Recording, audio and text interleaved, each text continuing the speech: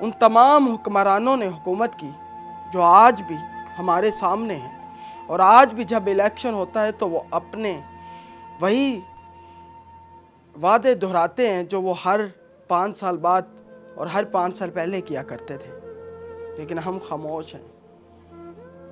ہم پھر ماضی کی طرح اسی روٹین کو دہرائیں گے اور انہی کو ووٹ ڈالیں گے۔ ڈالیں جن کو مرضی ووٹ ڈالیں۔ کیا وہ باپ جو 3 بچوں کا ایک ہی سہارا تھا واپس آ سکتا ہے؟ کیا وہ ماں جو اپنی بیٹیوں کو کھانا نہیں دے سکی اور اپنی جان سے ہاتھ دھو بیٹھی، کیا وہ واپس آ سکتی ہے؟ کیا وہ باپ جو ہسپتال کے باہر چیخ چیخ کر اپنا خون بیچ رہا ہے، کیا اس کا خون اسے واپس مل جائے گا؟ کیا اسے 2 وقت کا آٹا مل جائے گا؟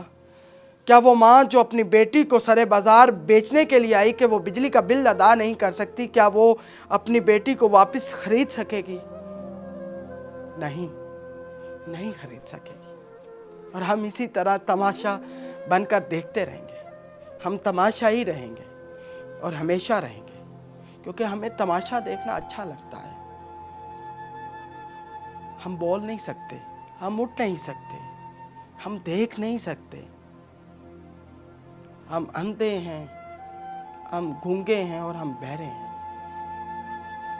ہمارے ساتھ یہ ظلم، ہر اس مزدور کے ساتھ ظلم، ہر اس مڈل کلاس کے ساتھ ظلم ہم برداشت کرتے ہیں اور ہم دیکھتے ہیں۔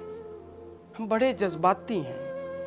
ہم اتنے جذباتی ہیں کہ جب ہمارا خون کھولتا ہے تو ہم بڑے غصے سے اپنا موبائل اٹھاتے ہیں، ایک پوسٹ فیس بک پر شیئر کرتے ہیں اور ہم ٹھنڈے ہو جاتے ہیں۔ ہم اتنے جذباتی ہیں اور ہمارا غصہ ٹھنڈا ہو جاتا ہے۔ اگر آج ہم نہیں اٹھیں گے تو کل کو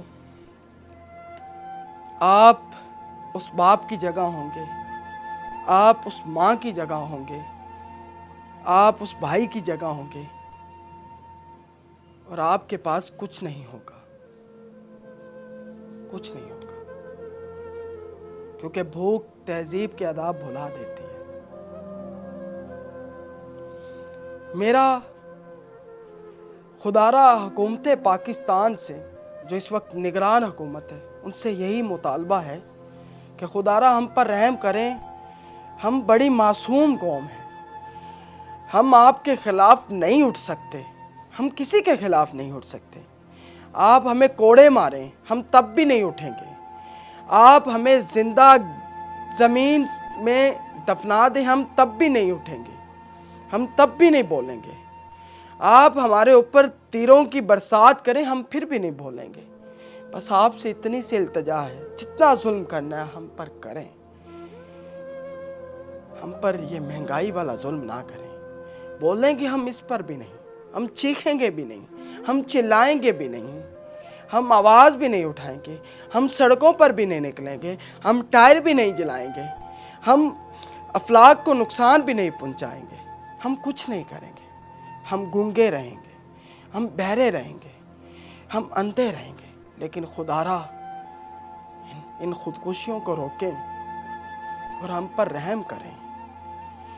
ہر اس مڈل کلاس پر رحم کریں، ہر اس سفید پوش پر رحم کریں، ہر اس غریب پر رحم کریں جو 2 وقت کا آٹا اور 2 وقت کی روٹی کے لیے سارا دن مزدوری کرتا ہے، اور رات کو بڑی مشکل سے وہ 4 پیسے لے کر جب گھر آتا ہے، اور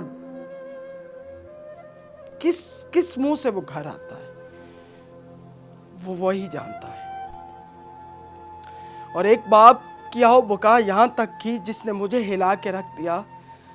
وہ ایک انٹرویو میں کہہ رہا تھا کہ کاش کہ مجھے کہیں اللہ مل جائے، میں اللہ کو مانتا ہوں لیکن مجھے کہیں اللہ مل جائے، اور میں اللہ کے پاؤں میں گر کر یہ کہوں کہ یا اللہ میری بس ہو گئی ہے، میری بس ہو گئی، میری بس ہو گئی۔